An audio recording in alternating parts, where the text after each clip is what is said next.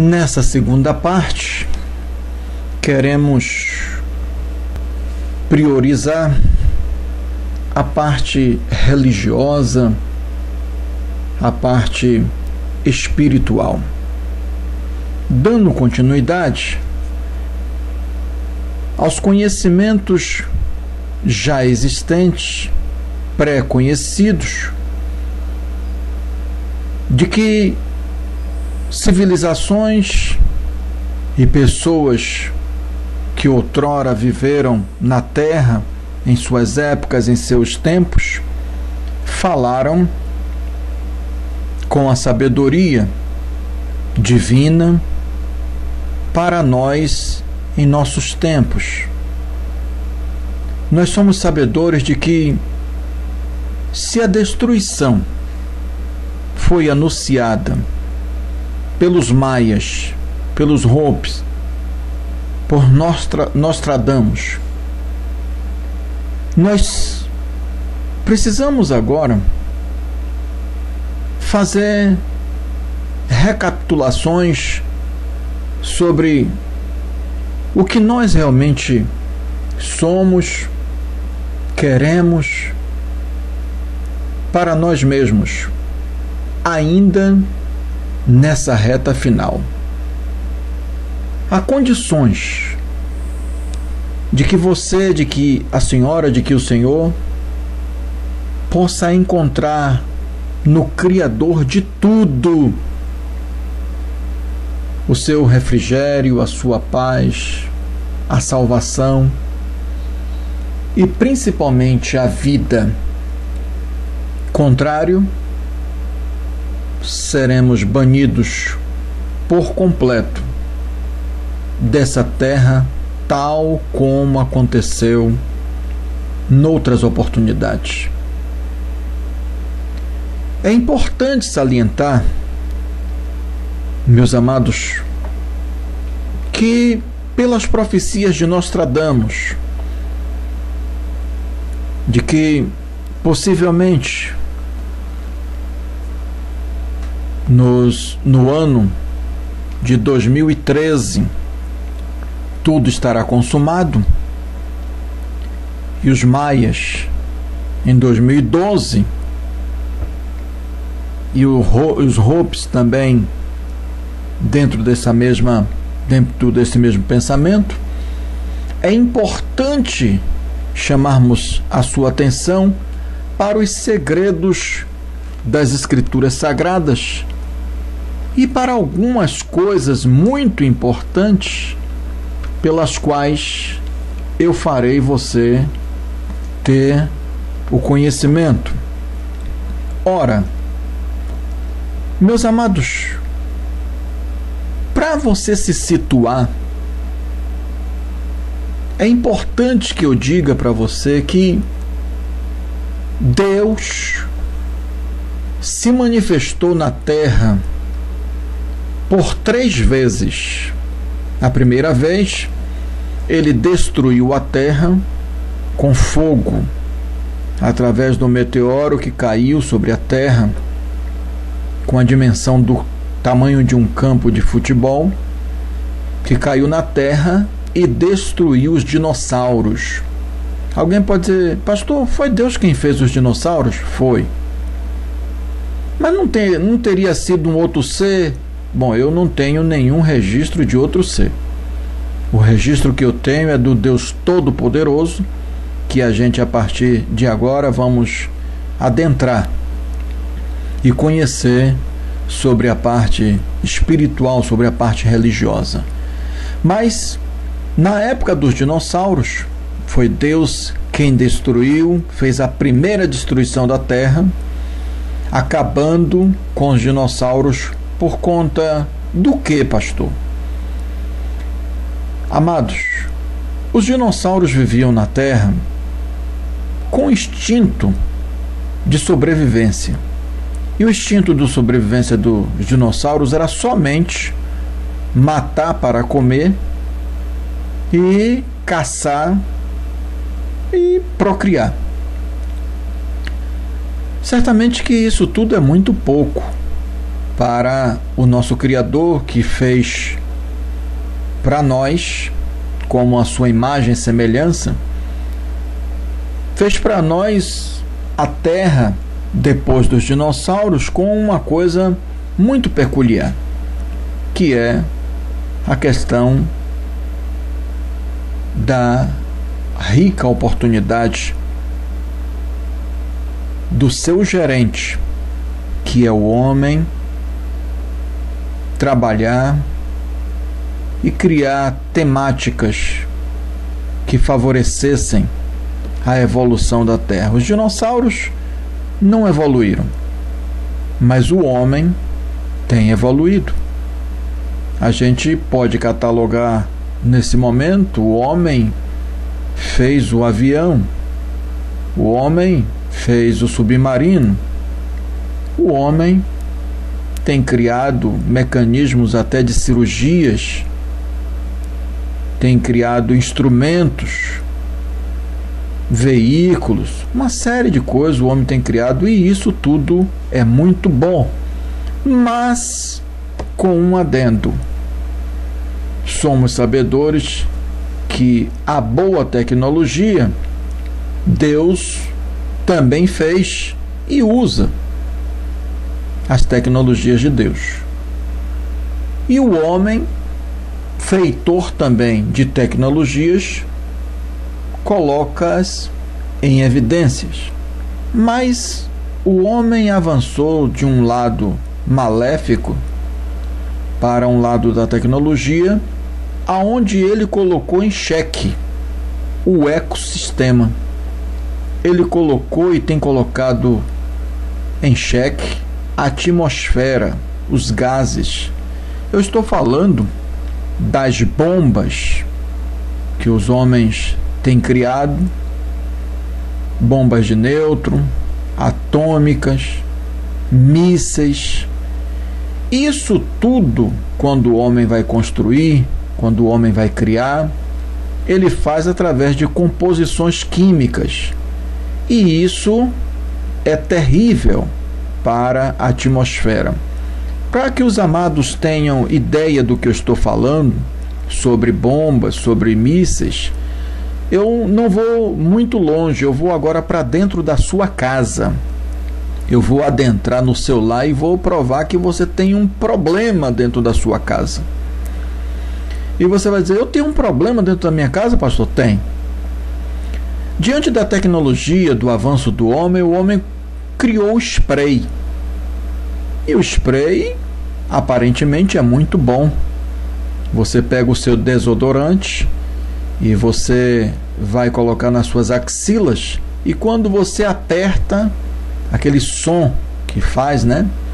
Aquilo é terrível. Não é uma boa, não é uma condição boa para a atmosfera. Parece uma coisa fútil, parece uma coisa pequena. Sim, e é pequena. Mas imaginemos que é pequena para um ou para uma meia dúzia. Imaginemos agora para um conglomerado de cerca de mais ou menos aí 8 bilhões de pessoas, que é o número populacional na Terra. Suponhamos que 7 bilhões de pessoas usem desodorante, spray, num momento só, ou em outros momentos. Vocês já imaginaram o prejuízo que é para a atmosfera? A liberação desse gás ou esse efeito no spray?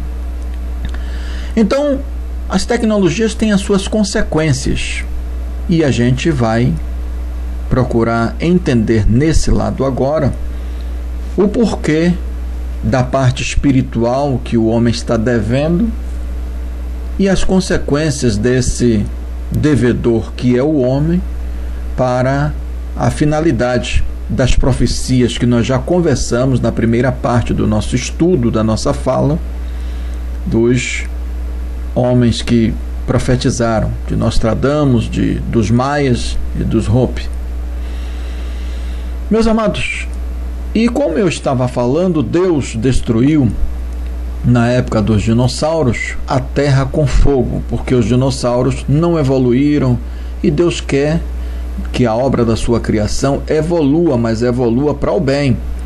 Porque as tecnologias de Deus lá nos céus existem e Ele quer que tenhamos também tecnologias aqui na Terra.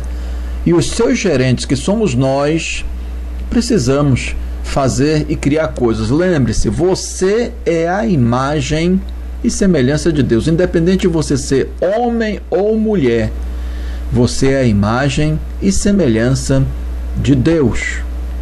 Por isso que você cria coisas. Não sei se você já se atentou, mas perceba que os animais quadrúpedes e também bípedes irracionais, eles não constroem nada. Eles não fizeram ainda aviões, eles não fizeram, não fizeram máscaras, eles não fizeram marca-passo, eles não fizeram nada. Mas por quê? Porque Deus colocou para nós. Nós somos o povo escolhido, nós somos os animais escolhidos. Deus, quando fez a terra, Deus colocou os homens, Deus colocou Adão, a Eva, e depois que Adão e Eva procriaram, surgiram os outros homens e Deus esteve aqui na terra. E aí a gente vai prestar atenção a algumas coisas que a gente vai falar aqui agora para com vocês. Então, a primeira terra foi destruída com fogo. E a segunda oportunidade na terra para que houvesse vegetação, você sabe que quando você molha uma planta, essa planta ela revigora-se, ela cresce.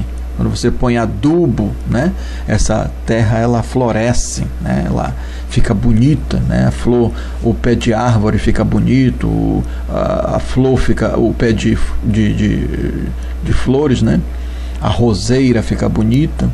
Então, mas por quê? Porque você colocou água, você ajeitou. Então Deus, depois da época dos dinossauros destruídos, Deus também calcigenou a terra com água. A terra foi calcigenada com água, com gelo. E depois o gelo foi secando em suas partes, E, consequentemente, começou Deus a fazer a obra da sua criação. E todos nós sabemos que a obra da criação de Deus está registrada no livro, estão registradas no livro do Gênesis, a partir do capítulo 1. Deus criou os animais répteis, os mamíferos, Deus criou os animais de sangue frio, Deus criou tudo, criou as flores, as árvores, as folhas, os frutos, tudo de bom, tudo de importante, para que houvesse a manutenção do ser humano na terra. E o ser humano e os animais que estariam na obra da criação de Deus, eles precisavam sobreviver através da própria vantagem que a terra lhes oferecessem. Mas como eu já assegurei, já falei para vocês, Deus tinha um interesse maior de que o homem, na construção, que foi Deus quem parou para fazer Adão. Diz os registros bíblicos de que ele, através do pó da terra, ele fez a moldagem de um boneco, através do pó. Ele soprou nas narinas e deu vida ao homem. Mas ele percebeu ao longo do tempo de que o homem precisava de uma parceira, tal como os animais tinham a sua parte acolhedora, fêmea, o homem também precisava. E então ele fez o homem adormecer mais uma vez, e aí ele, através da costela do Adão, Deus faz o homem, Deus faz a mulher, constrói a Eva através de uma das costelas de Adão. E aí então, agora está o homem e a mulher. Eles procriam de uma maneira arbitrária. Pastor, foi de uma maneira arbitrária? Foi.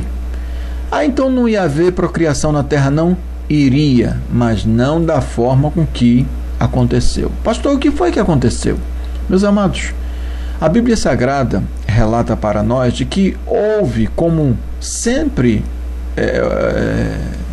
haverá de haver, a redundância cabe aí agora, regras para serem cumpridas.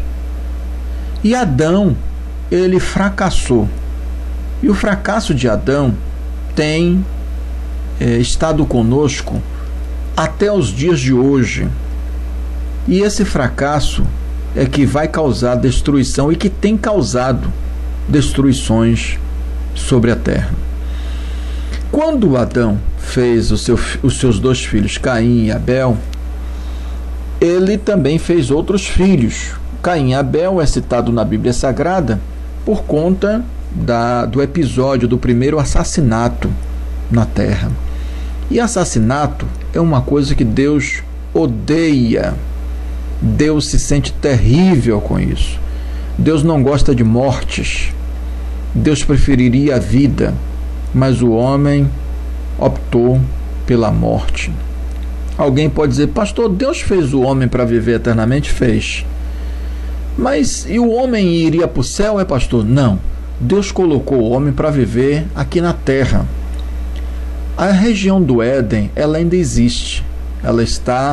A região do Éden está submersa em gelo, está guardada. Diz a Bíblia Sagrada que Deus guardou com 2 querubins, e ela está guardada ainda. Para qual motivo? Só interessa a Deus.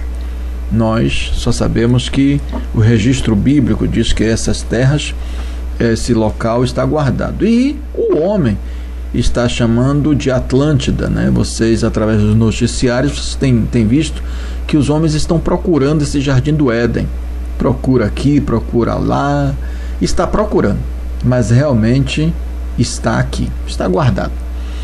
A Bíblia Sagrada, meus amados irmãos, então conta que Caim e Abel tiveram uma passagem muito conhecida, pois eles vieram prestar obrigações a Deus, que naquela época era muito interessante, já que Deus dera tudo, então fazer-se presentes a Deus. E o presente de Caim foi um presente inferior. Ele, talvez muito triste pelos haveres que estava praticando, de trabalhar na terra, porque o homem, é importante que eu fale isso para você, o homem não nasceu para fazer o trabalho braçal. Alguém pode dizer: mas pastor, então a gente não era para a gente trabalhar assim fortemente? Não éramos. Nós fomos criados pelo nosso Deus para trazer a continuidade do reino dos céus aqui.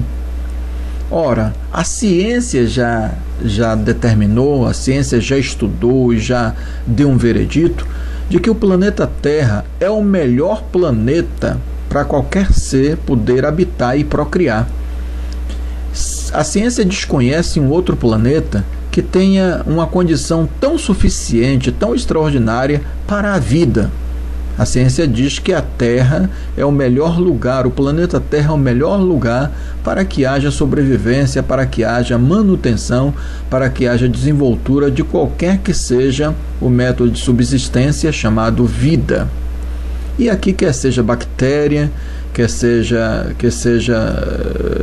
fungos, quer seja o que for, aqui na Terra tem uma situação melhor, mais apropriada de sobrevivência para qualquer tipo de espécie humana, qualquer espécie animal, qualquer espécie vegetal.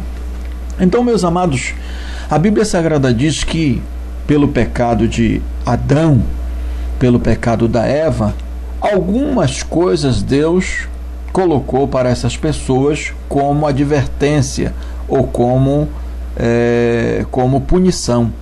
Ao homem, Deus colocou que ele devesse, através do seu pecado de comer do fruto proibido, influenciado pela sua mulher Eva. Então Deus disse: olha, já que você cometeu essa arbitrariedade, então você vai ter que arar a terra para que você possa se sustentar. Você, a partir de agora, você vai ter que arar a terra, vai ter que plantar a semente, vai ter que molhar, vai ter que ajeitar tudo, porque você foi feito somente para você degustar o que estava aí, mas você falhou, então a partir de agora você vai ter que trabalhar. E aí, para a mulher, Deus chega para ela e diz que ela sofreria dores de parto. Ela teria que sofrer dores de parto e ela, na hora de gerar o seu filho, sofreria dores. A serpente material, a serpente animal, Deus também deu a sua punição, que seria rastejar, né? E passar pelo pó da terra enquanto ela tivesse que caminhar. E para a serpente espiritual, que agora era Satanás, né? Alguém pode dizer, mas por que ele é chamado serpente? Pelo seguinte, o diabo, ele astutamente, ele precisava de corpo para fazer os seus feitos. É igual hoje. Deus precisa do corpo do homem para que ele fale através do homem. Caso o homem não atenda, Deus se prontifica a falar até pelos animais. E pastor, a Bíblia Sagrada diz que Balaão, um profeta de Deus, ele estava meio que atrapalhado. Ele, embora sendo um profeta de Deus, sendo um homem de Deus, mas Balaão não conseguia enxergar algumas coisas pelas quais Deus queria que ele enxergasse, e ele não enxergou. Chegou ao ponto de que a jumenta que Balaão estava montado para fazer a sua viagem, a jumenta começa a falar com ele, dizendo, olha, eu não vou passar por ali não, que ali tem um anjo com a espada grande, e se eu passar ali vai morrer eu e vai morrer você, eu não vou passar ali não. E Balaão, batendo um papo com a jumenta, ele não estava se dando conta, embora sendo um profeta de Deus, não estava se dando conta. Então precisou a jumenta, né, ser um instrumento de Deus para que Balaão não pudesse morrer, porque não era plano de Deus que Balaão morresse, mas que ele continuasse sendo profeta de Deus e anunciando as mensagens que Deus queria que se fizesse necessário ao conhecimento do homem. Então, Deus sempre usa de mecanismo. Então, Deus, ele pode usar o homem, ele pode usar o animal, mas ele prefere usar o homem. Deus não quer usar o animal. O animal, ele já é considerado irracional, mas o homem, por natureza, é a melhor obra de criação de Deus. Nós somos considerados a imagem e semelhança de Deus, isso dito pelo próprio Deus. Já o animal bípede e quadrúpede, o animal irracional, ele não teve essas condecorações, ele não recebeu essas influências ou esses pensamentos ou até mesmo esses abonos do nosso Deus. Só a nós nos foi entregue essa rica oportunidade de sermos chamados à imagem e semelhança de Deus. Meus amados, então com o pecado de Adão teve a punição para o próprio Adão, que foi arar a terra, para a Eva, que foi ter a dores de parto, para a serpente animal, que era se rastejar, mas para a serpente espiritual, que entrou no corpo, né, da serpente animal, para falar com Eva, para que a Eva praticasse o delito errôneo dela, que foi o quê? Foi comer do fruto e persuadir o seu marido. Aliás, a gente precisa entender, a mulher, ela é um sexo frágil, embora ela acredite que é um sexo forte. As mulheres se emanciparam, a gente sabe disso, a mulher evoluiu muito, mas eu não sei até onde essa evolução é importante para os segmentos de Deus. Mas por conta do quê? Porque toda evolução, ela terá, é igual a tecnologia, né? Existe a boa e a má tecnologia.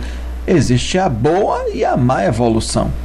Então, a partir do momento que a mulher deixou a sua casa, que a mulher saiu para ganhar o mundo, que agora ela é empresária, que agora ela pratica as coisas, né, que ela imagina poder praticar dentro do ambiente político, social, né, econômico, ela deixou uma lacuna aberta na sua casa, que é a criação dos seus filhos.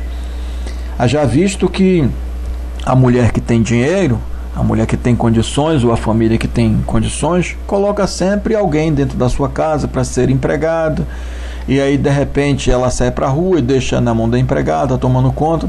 A questão toda é o seguinte: esse empregado vai estar disposto, ou estará disposto a passar, né, toda a sua experiência de boa conduta, de responsabilidade cristã, de responsabilidade materna, né?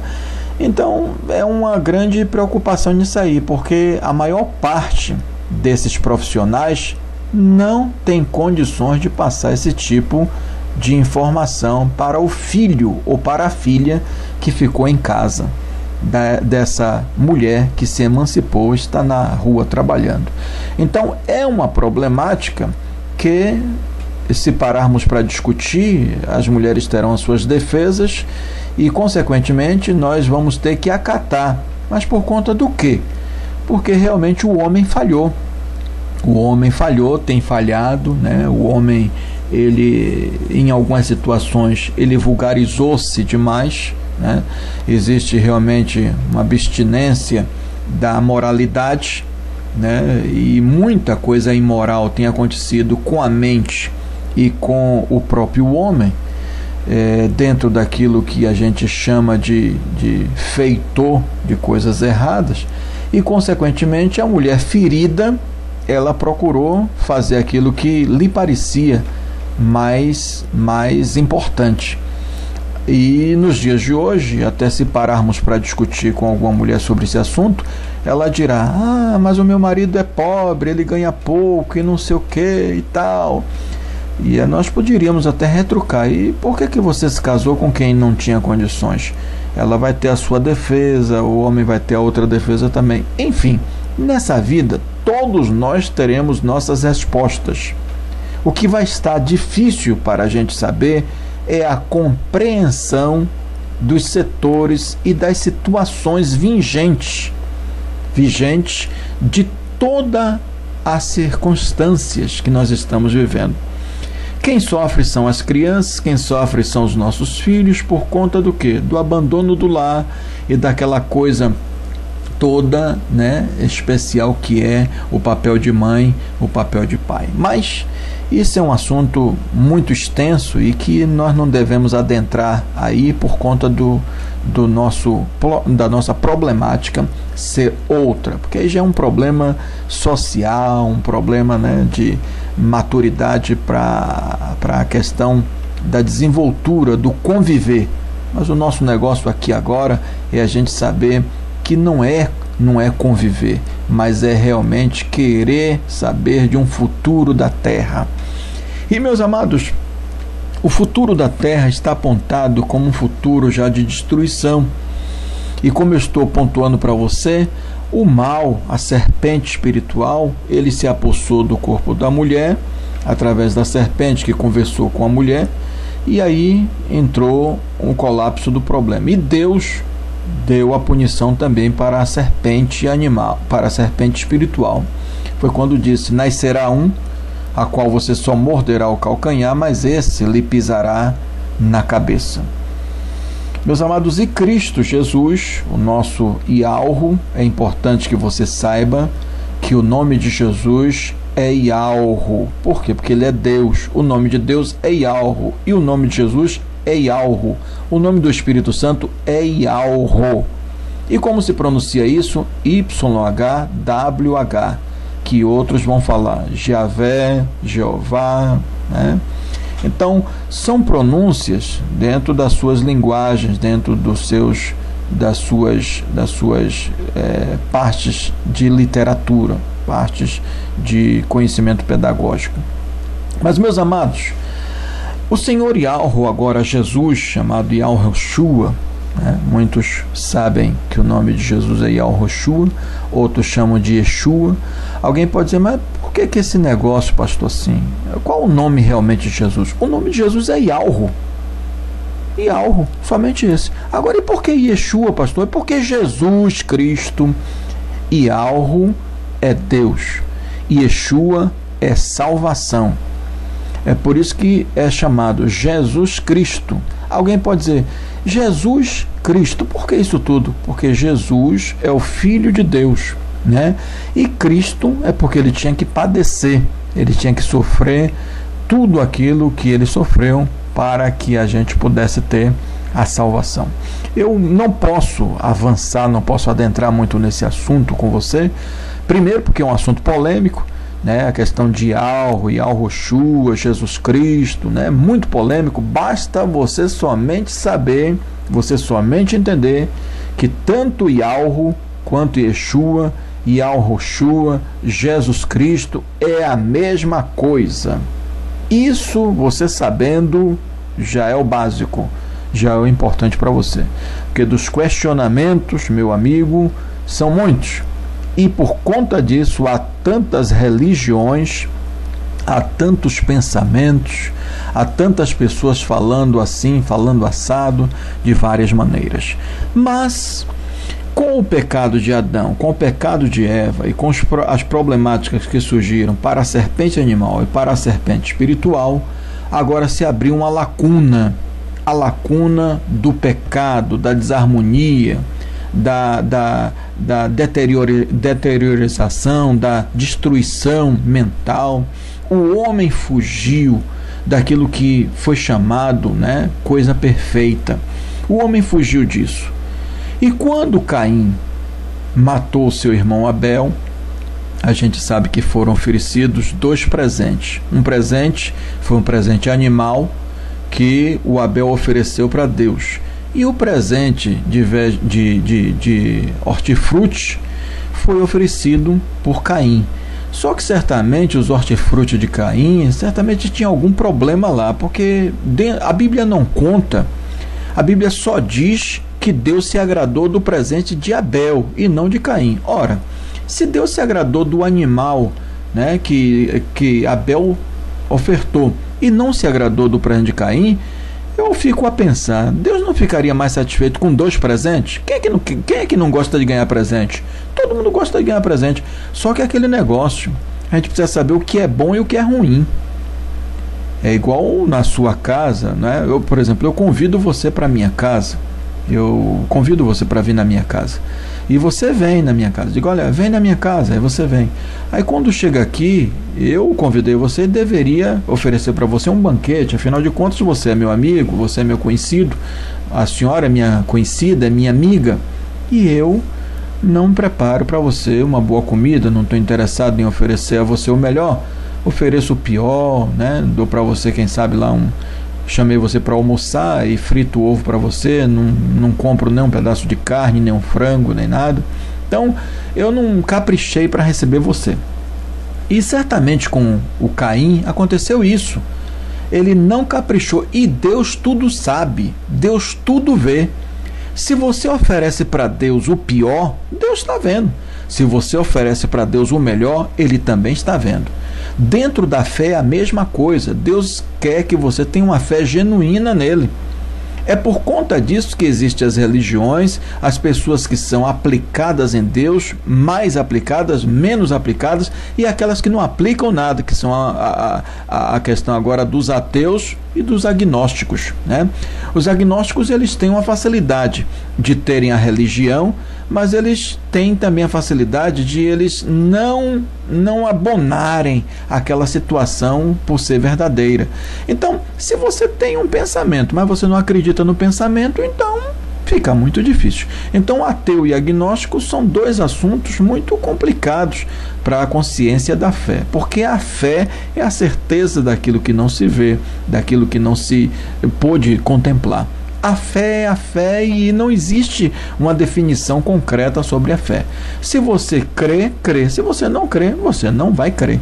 Então, essa é a situação sobre a questão das religiões, Todos, de uma certa forma, creem de uma maneira veemente, de uma maneira mais agressiva, de uma forma menos agressiva, de uma forma mais hospitaleira, de uma forma mais simpática, de uma forma mais amiga, E outros têm as suas formas, os seus jeitos, É igual o ser humano. O ser humano tem 4 tipos de comportamento. Ele pode ser melancólico, fleumático, colérico ou sanguíneo. São os 4 elos, que formam o ser humano. Dentro desses 4 elos, melancólico, fleumático, colérico e sanguíneo, o homem pode ter os 4 elementos, como poderá ter um só, como poderá ter 2, ter 3, A composição do ser humano, dentro da questão psicológica, ele pode ter uma formação em vários aspectos, Por isso que você sabe que tem o homem brigão, tem o homem menos brigão, tem o homem entendedor, tem aquele que não entende, tem aquele problemático, tem aquele menos problemático, aquele mais problemático, Tem aquele que não cria problema nenhum, tem aquele que fala muito, tem aquele que não fala nada, tem aquele que fala mais ou menos, tem aquele que tem um melhor conhecimento, ou tem menos conhecimento, ou tem mais conhecimento. Então, são situações que diante do comportamento que o homem surgiu, porque até mesmo, meus amados, para dar continuidade, eu preciso falar isso, que é para você saber quem é você. Você tem que saber quem é você. Então, para vocês terem ideia, cada um de nós sofremos as influências até nos nossos nascimentos. A cristandade, o cristianismo, né, os evangélicos de uma maneira geral, eles anulam um monte de pontos de vistas aonde o próprio povo judeu recolhe. Por exemplo, quando Jesus nasceu, né, que estava lá na manjedoura, estava lá em Belém, os magos foram que chegaram lá, e os magos vieram através do quê? Vieram através das estrelas. Eles estudavam as estrelas, estudavam os astros, e eles imaginaram que Jesus ia nascer justamente no período, né, que eles imaginaram que fosse. Estudaram tudo, os astrólogos, né? E aí, de repente, às vezes o evangélico, não, esse negócio não é assim, não é assado. Bom, entre não ser assim e não ser assado, é melhor que a gente tenha o conhecimento, que é através do conhecimento que a gente vai ter as certezas do que é certo, do que não é certo, do que é bom, do que não é bom. Haja visto que o próprio apóstolo São Paulo vai pontuar o seguinte: todas as coisas me são lícitas, mas nem todas me convêm. Então, a gente precisa saber o que é que nos convém, o que nos é lícito, o que podemos fazer, o que não podemos fazer. Vezes a gente se abstém, vai por pensamentos de quem quer que seja, não pratica e não faz, e não vai ver como é que é. Você tem que ver como é que é. A partir do momento que você vê que é ruim, é igual a você tomar, se embriagar por completo e fumar, né, todo tipo de droga que houver por aí, de cigarro, sei lá o que. Então você participou desse negócio e você sabe que é ruim. Como você já sabe que é ruim, você não precisa praticar. Por quê? Porque você já tem os testemunhos de quem quer que seja, né? Mas digamos que tem alguma coisa que você desconhece, que você não sabe, alguém tem que servir de cobaia. Se for você, entendeu? Quando você passar por esse episódio, você relate, por favor, como é que foi isso. Porque aí então vai nos trazer uma transparência, vai nos trazer uma oportunidade para a gente fugir disso. É disso que nós estamos falando aqui agora, né? Os Hopes, os Maias, Nostradamus, falou para nós nos dias de hoje. Eles viveram isso. Foram incomodados, quem sabe tinham problemas para dormir. Agora, por exemplo, eu estou aqui com vocês. Eu estou desde as 3 horas da manhã, ou talvez até antes, preparando essa fala, e olha que eu não escrevi nada, estou falando aqui com vocês, né, de uma maneira muito peculiar, né? Estou conversando com vocês sem planejamento algum, estou falando por obra e graça de Deus, né? Por obra e graça de Deus, onde eu espero que o Espírito Santo de Deus possa ferir você. Essa é a minha intenção. Eu quero que o Espírito fira você. Você tem que ser ferido para você sentir, né, as dores do Espírito Santo em você, o gosto de ter o poder de Deus. Ah, pastor, mas eu não quero ser ferido pelo Espírito Santo, não. Eu quero ser consolado por ele. Filho, a questão do ferimento, filha, a questão do ferimento que eu falo, não é ferimento de dor, é ferimento de sentimento, é ferimento de conhecimento, é ferimento de você ser visitado, de você suportar a dosagem expressa do Espírito Santo de Deus, né? Falando de improviso aqui, como eu estou falando de improviso, a gente pode até falhar em algumas situações. Eu quero já de antemão, vivendo agora já 38 minutos dessa segunda fala, eu quero pedir perdão já imediatamente a vocês, né, para os possíveis erros de português, porque eu não estou lendo nada, eu estou falando de improviso para com vocês. A gente sabe que alguém, quando chega na televisão, ele já chega ali até maquiado, né? Ele recebe lá o blechezinho dele, o pozinho, né, de arroz no rosto, etc. Ele já leu aquilo ali tudo, ele já sabe como é que vai falar, mas eu não. Eu estou falando aqui sem nenhum tipo de... Eu estou falando por obra e graça de Deus para tocar o seu coração. Porque eu quero exatamente que você tenha a oportunidade, essa oportunidade que eu chamo de rica oportunidade, de você se desenvolver e encontrar no próprio Deus a oportunidade de você ser salvo. Então, a partir do pecado de Adão e Eva, e subsequentemente o pecado de Caim né, quando ele foi e assassinou seu irmão Abel por ciúmes, porque Deus quis o presente do seu irmão Abel, que foi um animal, e não quis o dele, que foi os hortifrutis, né? Então ele ficou chateado com aquilo e ele matou seu irmão, somente por isso. Você vê que é inveja, como é um negócio da inveja. Então, os problemas que subsidiaram as pessoas no passado, esses mesmos problemas estão ainda estão em subsídio de todo ser humano agora. Subsidiado por homens, por mulheres, por jovens, adolescentes, crianças. Todos nós estamos vivendo esse assunto. E gostaria eu de que a senhora, de que o senhor, de que você pudesse passar por um crivo, o crivo do Senhor, e você se sagrasse vencedor em cima de todas essas circunstâncias. Mas por quê? Porque, meus amados, olha, se faz necessário que você não adultere, que você não minta, que você não roube, que você não pratique os atos libidinosos. Ah, pastor, mas eu não consigo, eu sou um pecador. Eu sei que você é um pecador, eu também sou, e é importante que eu te diga.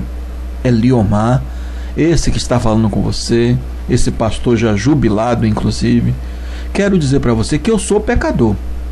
Agora, eu sou um homem pecador que, quando eu descubro que eu estou dentro de uma fatalidade, dentro de um erro, dentro de uma ação, eu imediatamente me corrijo. Eu procuro sair desse estágio, porque é um estágio que não vai me trazer felicidade. Mas por quê? Porque a minha genealogia, ela não vai ajudar.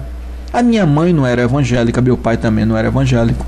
Então, eu terei uma tendência natural, pela questão de hormônio, pela questão de genealogia, eu vou ter esse problema me perseguindo. Quando os pais fazem os seus filhos e conduz o seu filho dentro de um seio evangélico, ele já nasceu abençoado desde o ventre. Então essa pessoa terá uma certa proteção, uma proteção maior, porque era isso que teria que ter acontecido com a minha mãe, com meu pai, com sua mãe, com seu pai. Eles teriam que ter conhecido os segredos de Deus e obedecido e fugido veementemente, dia após dia, de todas as mazelas, de todos os pecados inseridos no contexto de depravação, degradação, desgraça e destruição. Então, meus amados, o Abel, o Caim, eles não existem mais. E quando Adão teve a sua punição, a Eva, a serpente, e Caim matou Abel, Adão ainda gerou vários outros filhos com a sua esposa. Agora, né, eles já tinham se descoberto como estavam nus, e eles já sabiam das maledicências, conhecedores da ousadia, da petulância, da desobediência. E a Bíblia Sagrada diz que eles tiveram vários outros filhos. E desses filhos, as civilizações começaram a surgir. Mas também é sabido, biblicamente, de que Caim, ele fugiu, porque após o seu pecado, Deus estava procurando ele, e disse: Caim, onde estás tu? Eu estou aqui. Mas aonde está o seu irmão? Não sei não. Meu irmão não sei. Sabe sim, você matou o seu irmão. E o senhor viu? Vi sim. Você matou o seu irmão e você não pode mais ficar na sua parentela. Você será andarilho, você será fugitivo, você terá que sair do meio da sua parentela e você agora vai ter que construir a sua civilização, você vai ter que construir o seu próprio reinado longe da sua parentela. Essa foi a punição que Deus deu para Caim. E disse: você, como é um sujeito latrocida, você vai passar por esses problemas, que é você ser perseguido, que é você ser andarilho. Agora ninguém vai matar você. Alguém pode dizer: pastor, não seria interessante Deus destruir a vida desse homem que errou logo, e até mesmo Adão e tal? Meus amados, quando Deus fez o homem aqui, ele colocou o homem para ser livre. O homem tem capacidade de errar ou não errar, isso é problema do homem. E o homem, ele precisa ter essa facilidade de sair, de saber decidir o que é certo, o que é errado, o que é bom, o que é errado, o que é mal, ele tem que saber isso. E Caim escolheu fazer a coisa errada. Ele sabia o que ele estava fazendo. Quando ele matou seu irmão, ele sabia que ele estava matando o irmão. Entendeu? Então você também sabe quando você está fazendo sua coisa errada. Salvaguardado quando a senhora, quando o senhor está de uma maneira, né, alcoolizado, né, ou então passou por algum processo sei lá, de contaminação química qualquer, e aí você está fora de si, e aí você não responde pelos seus atos. Só depois que você voltar a si que você vai responder pelos seus atos, mas não por aquilo que você praticou durante o momento que você estava lícito, pelo menos diante de Deus. Mas você vai responder pela prática de ter se envolvido inicialmente por aquilo que não deveria se envolver. Entendeu? Então, aquele negócio, o julgamento de Deus não é na consumação das coisas. O julgamento de Deus é na composição, ou seja, no início, né? O julgamento de Deus é no início dos fatos, porque o fato em si já é fato. Então a composição do fato é isso que Deus vai julgar. A Bíblia Sagrada então diz, meus amados, que dentre as criações, dentre os filhos que Adão fez, apareceu entre as genealogias agora, né, criadas na terra, apareceu a Noé. E Noé teve a sua parentela e houveram as pessoas na terra, e a composição da genealogia desde Adão até Noé deve ter gerado em torno mais ou menos de 1 milhão de pessoas ou mais de 1 milhão de pessoas. A Bíblia não conta isso, mas existia muita gente sobre a terra. E após essa composição, esses nascimentos dessas pessoas, Deus viu que os problemas na terra estavam crescendo e os problemas estavam se agravando, e Deus agora decide, né, destruir a terra pela segunda vez, melhor, pela terceira vez, né, que nós já falamos sobre o fogo, já falamos sobre o gelo que deu vegetação à terra. Agora Deus destrói a terra com água. Deus promete destruir a terra com um dilúvio. Então ele chama Noé, manda Noé construir uma balsa, né, construir uma arca enorme, e Deus agora prepara o casal de cada animal que ele tinha interesse que se salvasse, e diz a Noé que construa as dependências, dá toda a dimensão arquitetônica para que Noé possa fazer. Diz de qual forma deve ser feito e tal, e Noé acompanha tudo direitinho, porque aquele negócio, por mais que você que está aí pensa que você é super-homem, pensa que você tem dinheiro, que você tem posses, né? Que você, por ser, quem sabe, um advogado, um médico, um engenheiro, né? Bem nutrido, sua família é glamourosa e tal. Meus amados, por mais que você pense que você é alguma coisa, você não é nada. Nada. Você depende de Deus para tudo, né? Depende de Deus para tudo. E Noé tinha essa consciência de que ele precisava de Deus. Então o que acontece? A partir dali, Deus chama Noé das dimensões e promete destruir a terra com água, e assim o faz. Após os 40 dias de água sobre a terra, da destruição do dilúvio, foi tudo destruído. Só se salvou realmente Noé, a sua família, que foi na composição de 8 pessoas apenas, que se salvou. E todos os demais outros foram destruídos, né? Todos os demais foram destruídos. A questão toda é o seguinte: alguém pode dizer, pastor, será que a família de Caim, que foi mandada para longe, como o senhor mesmo aí falou, será que ele também foi destruído? Meus amados, a gente não tem essa certeza. A gente sabe de que as pessoas que estavam nas proximidades da arca, né, naquela região, eles realmente morreram. Mas vamos supor de que Caim, né, e a sua parentela foram morar nas montanhas, né? E talvez aquele negócio, algum tipo de montanha tão alta, né? A gente não sabe, não tem uma explicação bíblica para isso, não tem explicação nem teológica para isso. Aliás, eu nunca vi ninguém discutindo assuntos dessa natureza, como também nunca vi ninguém destruindo sobre a questão da serpente. Que alguns podem perguntar, pastor, se a punição de Deus para a serpente foi rastejar, de qual forma então a serpente andava ou voava? Como é que era isso? E nós não sabemos. Não existe um estudo, né, sobre esse assunto. Então, existem coisas que a gente fica somente no pensamento, à mercê, na hipótese, porque não se tem um estudo desses assuntos. São assuntos que a gente chama de pitorescos, mas não tem uma conclusão, não tem uma especificação do real quadro desses personagens vividos.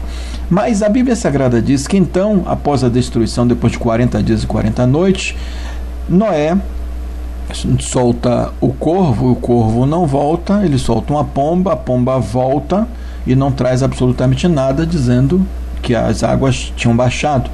Pela segunda vez ele solta a pomba, não sei se é a mesma pomba, mas ele solta a pomba, e a pomba agora traz um ramo de oliveira no seu bico. Então, a partir dali, ele percebe que houve realmente a baixa das águas e a terra já estava em condições de ser reabitada. Então, ele abre a arca e os animais repovoam a terra, e a família dele também repovoa a terra. Só, meus amados, que aparentemente, a partir dali, parecia, né? Olha como eu estou colocando, parecia que o homem teria o seu amadurecimento. O homem teria a sua responsabilidade reconquistada. Porque, ora, se Deus falava com Noé de uma maneira muito incisiva, de uma maneira muito simples, né? Falou com ele, disse ele o que tinha que fazer e tal, mas a gente vai perceber que até em Noé também teve falhas, né?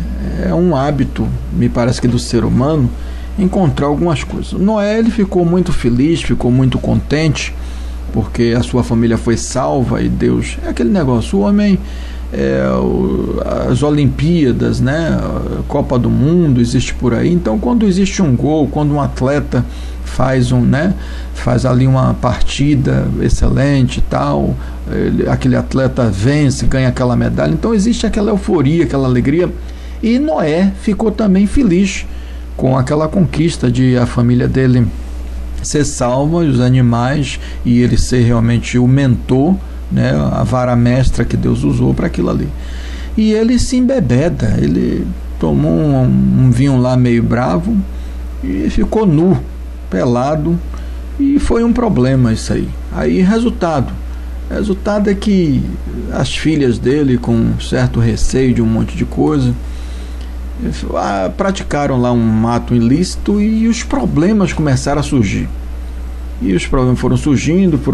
Alguém pode dizer, mas pastor, não foi, quem sabe, até a parte inteligente deles para que não acabasse a vida na terra? Meus amados, olha, se Deus foi quem colocou o homem na terra, Deus não vai de maneira nenhuma abandonar o homem. Deus não tem interesse em abandonar o homem. São os homens que abandonam Deus. Quando eu falo homens, é homens e mulheres. Somos nós que abandonamos Deus. Deus não abandona ninguém. O desejo de Deus é sempre salvar. Ele vai criando rebento o tempo todo para que o homem consiga vencer as suas tempestades, os seus temperes. Os homens, eles precisam realmente de Deus, e vezes eles se tornam assim tão agressivos com eles mesmos que se autodenominam suficientes, né? Eles se emancipam, e aí de repente eles acham que não precisam de Deus. Estão equivocados, porque eles vivem numa terra onde o dono da terra é Deus. Né? Não tem jeito para o homem, o dono da terra é Deus, e talvez o homem botou na cabeça de que porque ele é cientista, de que porque ele fez o avião, de que porque ele fez o marca-passo, de que porque ele fez o submarino, de que ele não precisa de Deus porque ele é forte. Está equivocado. Já começa que a matéria-prima, que o homem fez tudo isso, não pertence ao homem. A matéria-prima é de Deus. A terra é de Deus. E ele faz questão de dizer isso.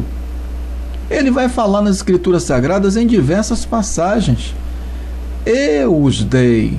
Quando Deus mesmo chama Abraão, né, e faz uma promessa a Abraão, de dar a ele Canaã, né? Quando Deus mostra a Moisés, né? Quando Deus fala com diversos, Deus diz, olha, eu estou te dando. eu estou te dando. Quer dizer, é dele. Ele está dando porque ele quer dar. Então, se ele é o dono de tudo, a gente tem que abrir referências a ele. Referências de amor, de responsabilidade, né? Eu diria até de bater até continência para Deus. Mas por conta do quê? Mas porque ele é o supremo de tudo. E o que o homem tem feito hoje? O homem hoje, meus amados, não está nem rezando. O homem não reza. O homem não quer tomar bênção aos pais para ser abençoado. Há uma consistência entre Deus e o homem.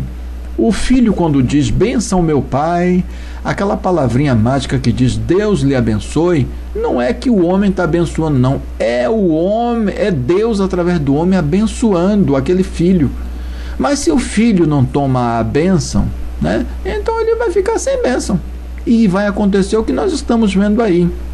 Gerações imperfeitas, né, problemas de densidade extraordinariamente negativa, né? A gente tem visto aí muita depravação, muita coisa errada. São depravações que estão assim acontecendo de uma maneira muito singular, né? As pessoas estão assim entrando num colapso total. E isso está sendo uma coisa extremamente negativa. Mas, meus amados, dentro desse quadro que nós estamos assistindo aí, a gente percebe o seguinte, voltando à nossa primeira fala.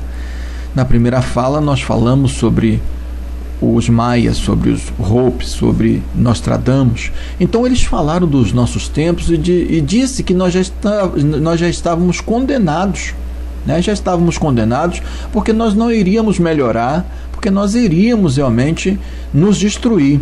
E isso está assistido. Isso todo mundo está vendo.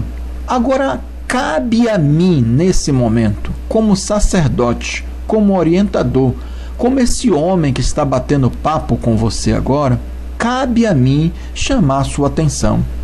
Você ainda tem oportunidade. Mesmo os maias falando do jeito que falaram, prometendo através das suas profecias que no dia 21 de dezembro do ano de 2012 a Terra vai se findar. E aí os Hopis também a Terra vai se findar. E Nostradamus dizendo que até o mês de maio de 2013 tudo vai estar consolidado. Você ainda tem a oportunidade de ser salvo. Pastor, de qual forma eu posso ser salvo?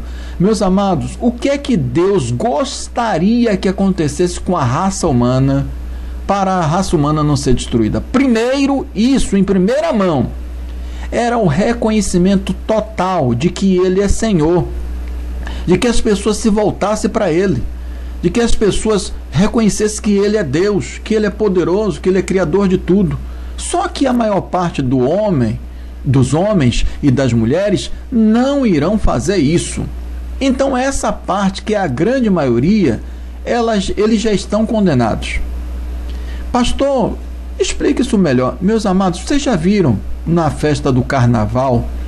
Com isso eu não quero dizer que as pessoas que estão lá no carnaval são do diabo, pelo amor de Deus. Eu não gosto de conflito. Meu negócio é conversar as coisas que você vai conseguir entender.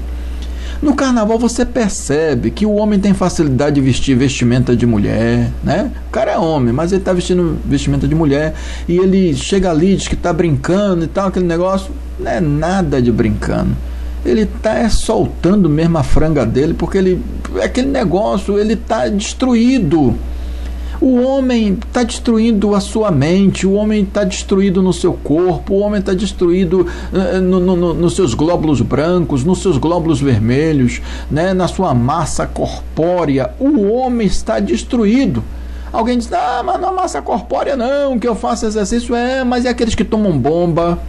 Fazer o exercício é bom, mas tem aqueles que tomam bomba e aí de repente tem aquele corpo musculoso e tal, mas aquilo ali não adquiriu por esforços, né? Ele adquiriu tomando medicação ilícita, né? A realidade é uma só. Meus amados, se você quiser, ouvindo esse humilde obreiro de Deus, nesses dias que estão por se findar, eu chamo a sua atenção. Volte-se para Deus. e você será salvo. Pastor, e como é que eu posso fazer isso? Meu amado, as igrejas, independentemente do credo, as igrejas estão abertas para absorver você e, através de você, as orientações serem passadas do líder, que vai ser o pastor, que vai ser o sacerdote. Ele vai passar as instruções para você de como você poderá galgar o reino dos céus. Eu só posso dizer para você, de uma maneira assim muito simples, de que o reino dos céus, ele já está aqui e agora. O reino dos céus está em Cristo Jesus, o Senhor Yahweh, Yeshua, o Salvador do mundo. Yeshua é prefixo de salvação. A palavra Yeshua significa salvação. Yahweh é Deus. Então Jesus é Yahweh Yeshua. Então Jesus Cristo, Yahweh Yeshua, ele está pronto para salvar você agora e já. Só depende de você. Mas só que a salvação não está somente na aceitação, está nas prerrogativas sistêmicas do ministério. Quais são essas prerrogativas, pastor? Está na Santa Ceia, você participar da Santa Ceia, está no evangelismo, está em você pagar o dízimo, está em você trazer a oferta especial, está em você fazer a campanha, está em você visitar o órfão, fazer o trabalho nos hospitais, visitar os presídios. E são dezenas de coisas que você pode fazer e aonde vai ser catalogado tudo, vai ser tudo anotado, as benfeitorias que você fez. Para você ter ideia, você está agora ouvindo um obreiro, preste atenção no que eu vou falar para você. Você está ouvindo um obreiro que eu estou muito à vontade para falar com você. Observe quanta coisa eu já fiz. Eu já fiz casamento, já casei gente, eu já batizei gente, muitas pessoas. Eu já orientei muita gente, já orientei muitos casais. Eu também já visitei muitos hospitais. Eu já visitei diversos presídios. Eu já preguei em presídio. Eu já conversei com delinquentes. Eu já conversei com bandidos.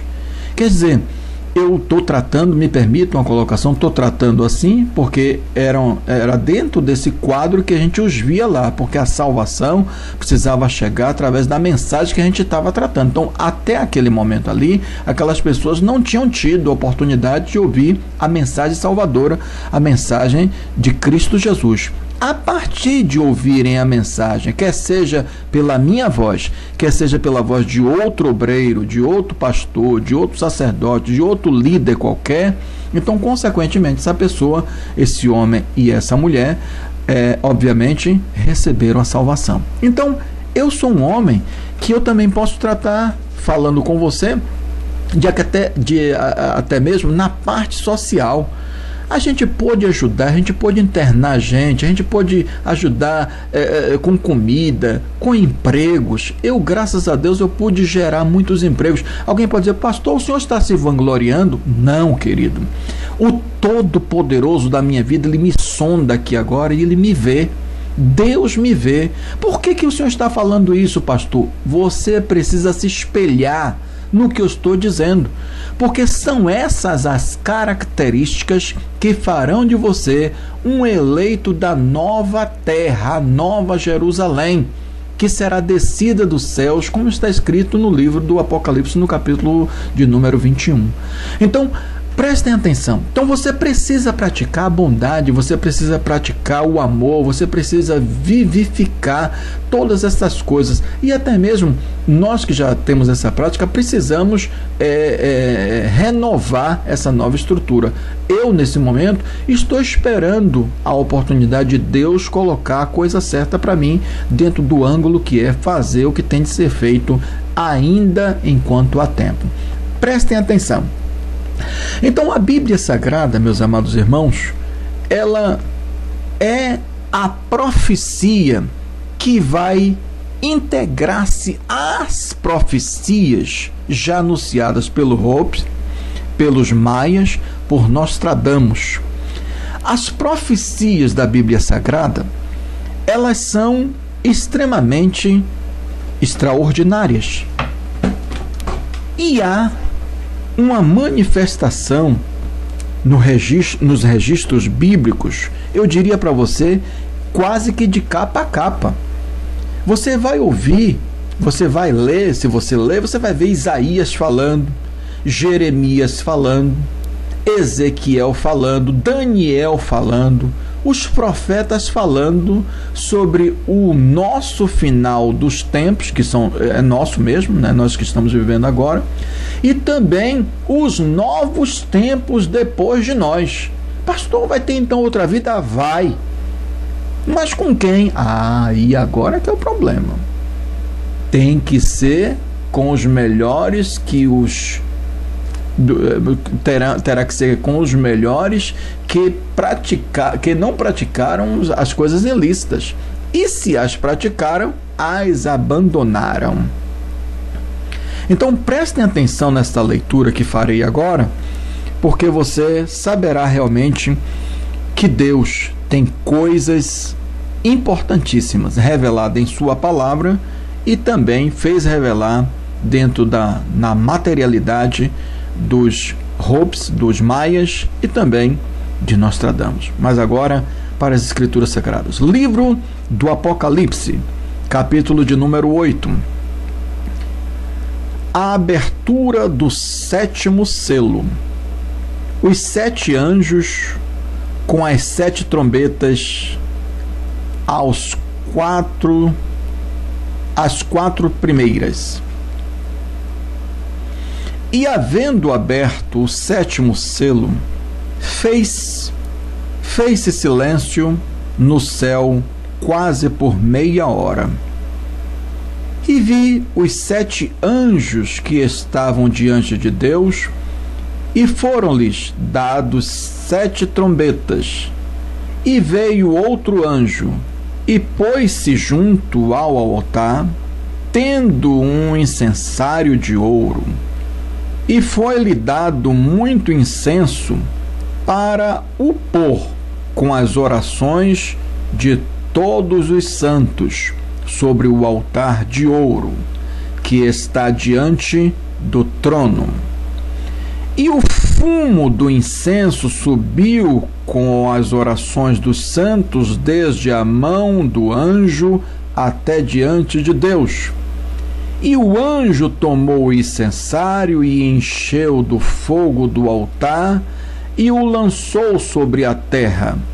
E houve depois vozes e trovões e relâmpagos e terremotos. E os 7 anjos que tinham 7 trombetas prepararam-se para tocá-las. E o primeiro anjo tocou a sua trombeta, e houve saraivada e fogo misturado com sangue, e foram lançados na terra, que foi queimada na sua terça parte. Queimou-se a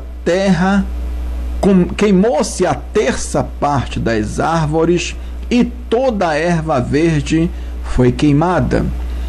E o segundo anjo tocou a trombeta, e foi lançada no mar uma coisa como um grande monte ardendo em fogo, e tornou-se em sangue a terça parte do mar. E morreu a terça parte das criaturas que tinham vida no mar, e perdeu-se a terça parte das naus. E o terceiro anjo tocou a sua trombeta, e caiu dos céus uma grande estrela, ardendo como uma tocha, e caiu sobre a terça parte dos rios e sobre as fontes das águas. E o nome da estrela era Absinto, e a terça parte das águas tornou-se absinto, e muitos homens morreram das águas, porque se tornaram amargas. E o quarto anjo tocou a sua trombeta, e foi ferida a terça parte do sol, e a terça parte da lua, e a terça parte das estrelas, para que a terça parte deles se escurecesse, e a terça parte do dia não brilhasse, e semelhantemente à noite. E olhei e ouvi um anjo voar pelo meio do céu, dizendo com grande voz: Ai, ai, dos que habitam sobre a terra, por causa das outras vozes das trombetas dos 3 anjos que hão de ainda tocar. Meus amados, após essa leitura do capítulo 8 do livro do Apocalipse, eu quero somente relembrá-los de que o livro do Apocalipse, pelo próprio nome, ser tão incisivo assim, é o final dos tempos. É o final dos tempos e nós não temos para onde fugir. Vocês percebam que não há lugar para se esconder. É importante que você saiba, não tem aonde se esconder. Eu vou me esconder na gruta. Olha, se você gosta de mexer em internet, você vai ver que tem muitos poderosos que estão pagando absurdos de dinheiro por moradas de empresas que fazem construções subterrâneas para que essas pessoas sobrevivam a essas catástrofes que haverão de vir. Meus amados, eu acredito que essas pessoas estão colocando seu dinheiro em vão, visto que somente vão sobreviver, atenção para essa afirmação, só vão sobreviver os de Deus. Os de Deus. Mas por quê, pastor? Porque chegou o momento final, moço. As civilizações que tinham para passar, já passaram. Os que tinham para sobrar, que se esconderam e sobreviveram, já acabou. Agora é a última morte. Não tem jeito. Então agora você tem que ser de Deus. Se você for um homem que compreender o amor, fizer o amor, for uma pessoa séria, você vai ser salvo. Se você não for sério, você vai ser consumido pelo fogo, pela água, pela morte. Vocês viram aqui através da leitura. Águas vão ficar amargas e ao tomar essa água vai morrer. Por quê? Porque ela vai estar cheia de processos químicos. Mas por conta do quê? Porque os meteoros, os meteoritos que vão cair, que vão descer de lá dos céus, eles vão estar cheios e contaminados de gases. E será terrível. Mas por quê? Porque realmente o acerto de contas. Agora é o momento do acerto de contas. E não tem jeito. Por mais que o homem queira se safrar, por mais que o homem queira encontrar um meio termo disso ou daquilo, ele não conseguirá. Porque o segredo da vida, nesse momento e a partir desse momento, está em você crer em Deus, se abandonar nos braços de Deus. Você não poderá se queixar mais diante de Deus, mas de hipótese alguma, de que você não conheceu Deus. Sabe por quê? Na esquina da sua casa tem uma igreja. Pode acreditar. Mas o pastor lá fala tudo errado, ele não tem cultura não. Meu amigo, minha amiga, você vai descobrir lá na frente que o estudo e o conhecimento é uma coisa boa, é muito fantástico, mas não é isso que vai salvar você. O que vai salvar você é você ser de Deus. Só isso que vai te salvar. Dinheiro não pode salvar você, fama não pode salvar você, intelectualidade não pode salvar você. O que salvará a humanidade, que salvará você, meu amigo, minha amiga, é apenas você ser filho de Deus. E pode acreditar, nem todos são filhos de Deus. Pastor, não. Nem todos são filhos de Deus. Pastor, e quais são os filhos de Deus? Filho de Deus é todo aquele que faz a vontade dele. E qual é a vontade dele? Já disse para você. Você vai ter que entrar na igreja. O pastor vai dizer para você, o sacerdote vai dizer para você qual é o seu papel de filho de Deus. Ele vai dizer, e aproveite e vá logo, porque tem muita gente já lá na fila. E o pastor, pode ser que a igreja dele esteja tão lotada, cheia, que ele não consiga dar devida assistência para você na hora que você for. O dia de hoje, ele ainda conseguirá, quem sabe até ir na sua casa, comer um feijãozinho com você. Ah, pastor, esse negócio não sou besta não, vou dar negócio de comida a pastor não. Meu irmão, minha irmã, muita coisa será revelada na sua hora. Se até mesmo o pastor praticou as arbitrariedades dele, Deus já sabe. Se porventura ele passou por algum tipo de crivo e ele está sustentado pela destra do Senhor, pela mão do Senhor, também ele receberá a recompensa dele. Sendo mal ou bom, pastor ou não, membro ou não, todos nós haveremos de passar pelo crivo do Senhor, pelo julgamento do Senhor. É o chamado julgamento do trono branco. E ele já está por se consolidar. Então, meus amados, não é que eu estou fazendo um cavalo de batalha. Não é que eu estou querendo persuadir você. Não é que eu estou querendo amedrontar você. Não. Vocês viram, eu li. E olha que eu só li o capítulo 8. Eu só li o 8. Se você ler o capítulo 9, se você ler o capítulo 10, você vai se arrupiar.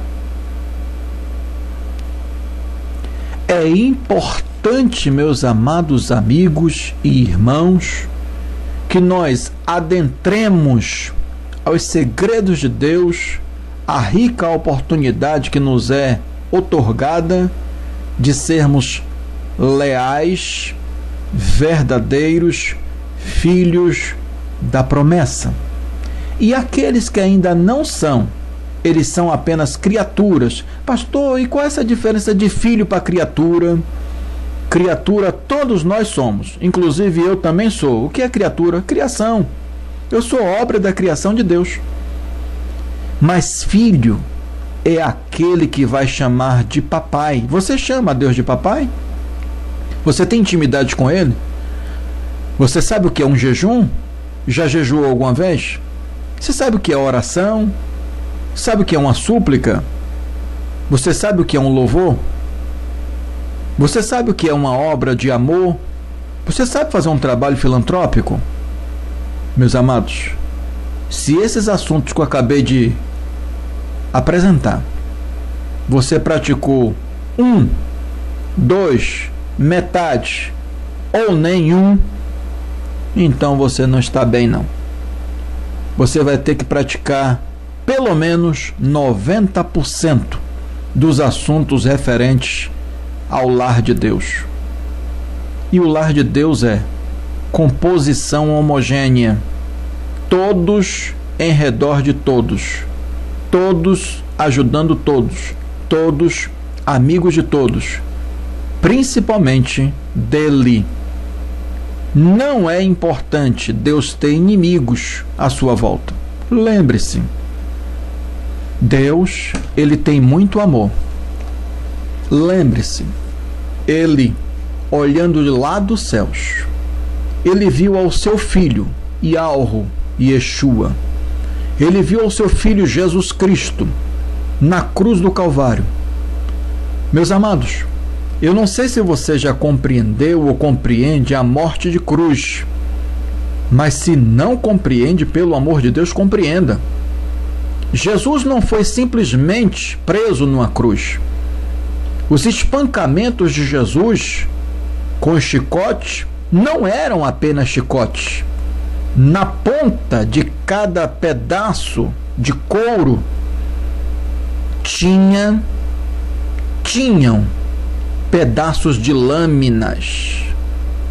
Quando chicoteava Jesus, não somente era a dor do chicote, mas também o seu corpo foi dilacerado. Pedaços lhes era arrancado. A força. E você precisa compreender a morte de cruz. E eu quero dizer para você que você é importante. Você é importante para o reino dos céus. Você é importante para Deus. E Deus quer salvar você. A morte de cruz é para que todos nós tenhamos a rica oportunidade de sermos salvos. Pois só existe esse jeito. Pastor, eu vou matar 10 galinhas, eu sou fazendeiro, eu tenho 300 boi, eu vou matar boi agora para Deus. Não adianta. Na época de Salomão era assim. Salomão mesmo ofereceu 1000 bois, 200 vacas, 200 cabras, para Deus. Naquela época, os presentes, quanto mais valiosos, mais Deus se alegrava. Hoje, não se faz necessário isso. Basta apenas você olhar para o sacrifício de cruz, o sacrifício de Jesus de Nazaré, do Senhor Yahweh Yeshua, o Deus Salvador, olhando, reconhecendo, pedindo perdão dos seus pecados, estando agregado e congregando, você receberá todos os mecanismos para você ser salvo. Agora, tem uma coisa interessante, que aí ficará o julgamento de Deus, e eu quero falar para você. Há ainda oportunidades outras de um salvamento diante de Deus. A Bíblia Sagrada relata que quando Jesus Cristo estava na cruz do Calvário, haviam 2 homens, um de um lado, outro do outro, e eles eram ladrões. Embora Jesus estava andando aqui na terra, eles talvez não tiveram a oportunidade de conhecer as mensagens de Jesus. Mas um dos, quando estava pendurado na cruz, o outro, imaginando ter alguma vantagem sobre Jesus, ele disse: tira a gente daqui, se o Senhor é filho de Deus, tira a gente daqui. Mas o outro dizia: rapaz, cala a tua boca, a gente está aqui porque a gente errou, a gente era ladrão, a gente roubava, nós errávamos, mas esse homem aí não errava. Eu não sei nem porque ele está aí, mas aproveitando que ele está aí, Senhor, quando entrares no seu reino, quando entrares no seu paraíso, o Senhor pode se lembrar de mim? Jesus disse: hoje mesmo você estará comigo no paraíso.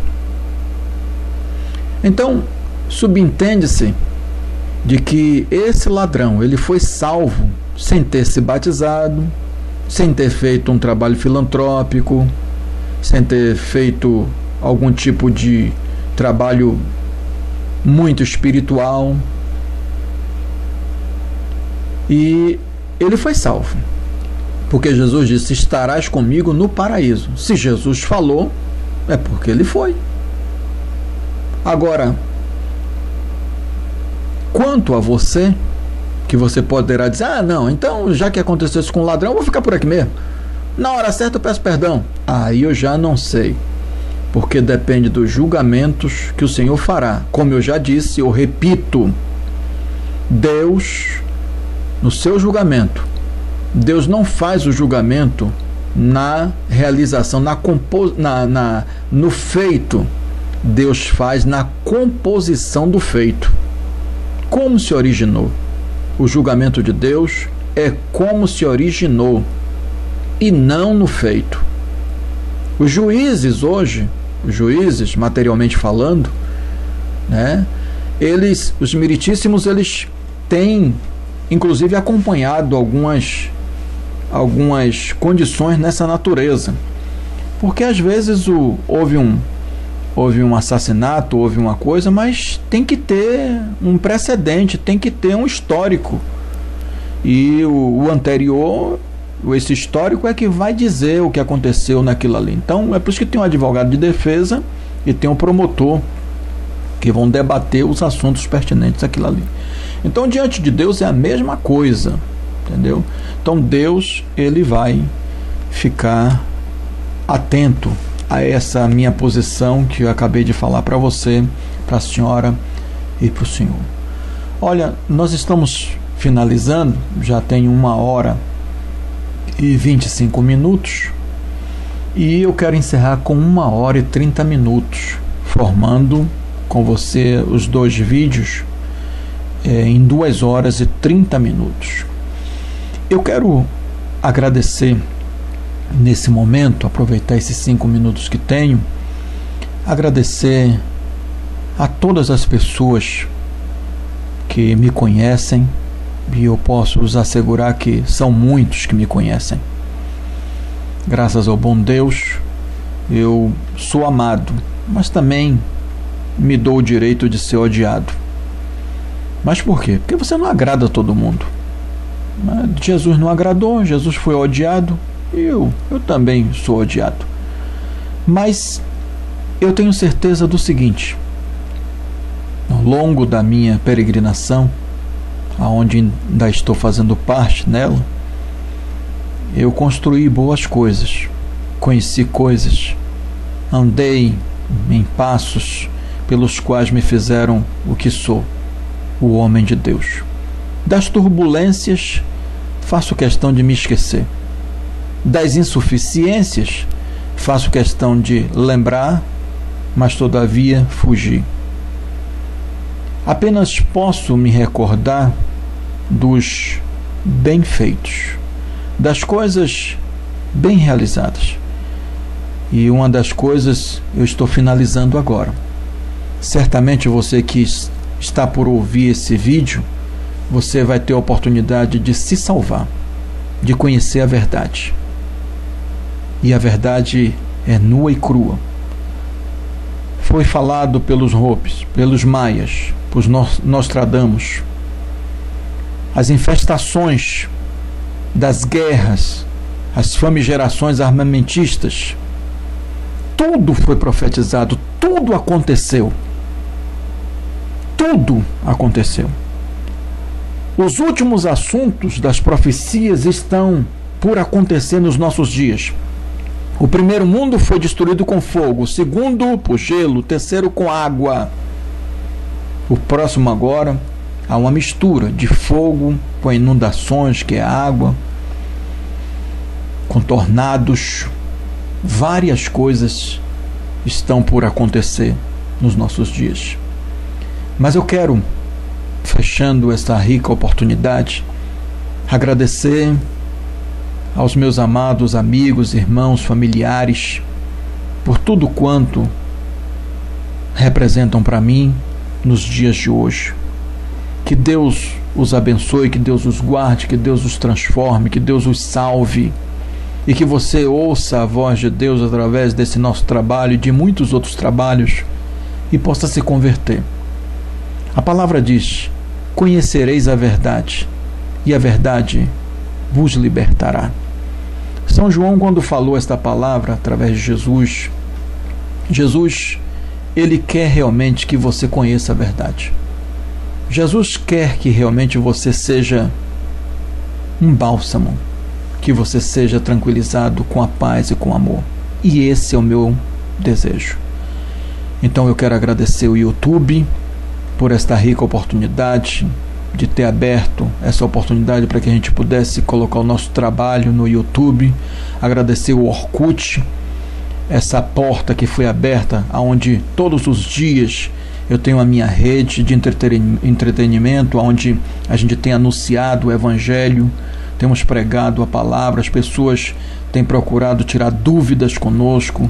Muito obrigado ao YouTube por essa abertura de trabalho, por essa oportunidade dessa porta aberta. Muito obrigado. E a você, a senhora, o senhor, todos quantos têm me ouvido, têm me assistido, têm ouvido e participado das mensagens que eu tenho deixado para vocês. No mais, recebam a bênção sacerdotal. Que o Senhor te abençoe e te guarde. Que o Senhor faça resplandecer o seu rosto sobre ti e tenha misericórdia de ti. Que o Senhor sobre ti estenda o seu rosto e te dê a paz. Esta mensagem está no livro de Números, no capítulo meia dúzia, do versículos 24 a 27. Que Deus te abençoe, que Deus te guarde, que Deus lhe proteja. Um bom dia, uma boa tarde, uma boa noite para todos quantos ouviram e ouvirão esta nossa palavra, essa nossa fala. Deus vos abençoe, Deus vos guarde, Deus vos proteja.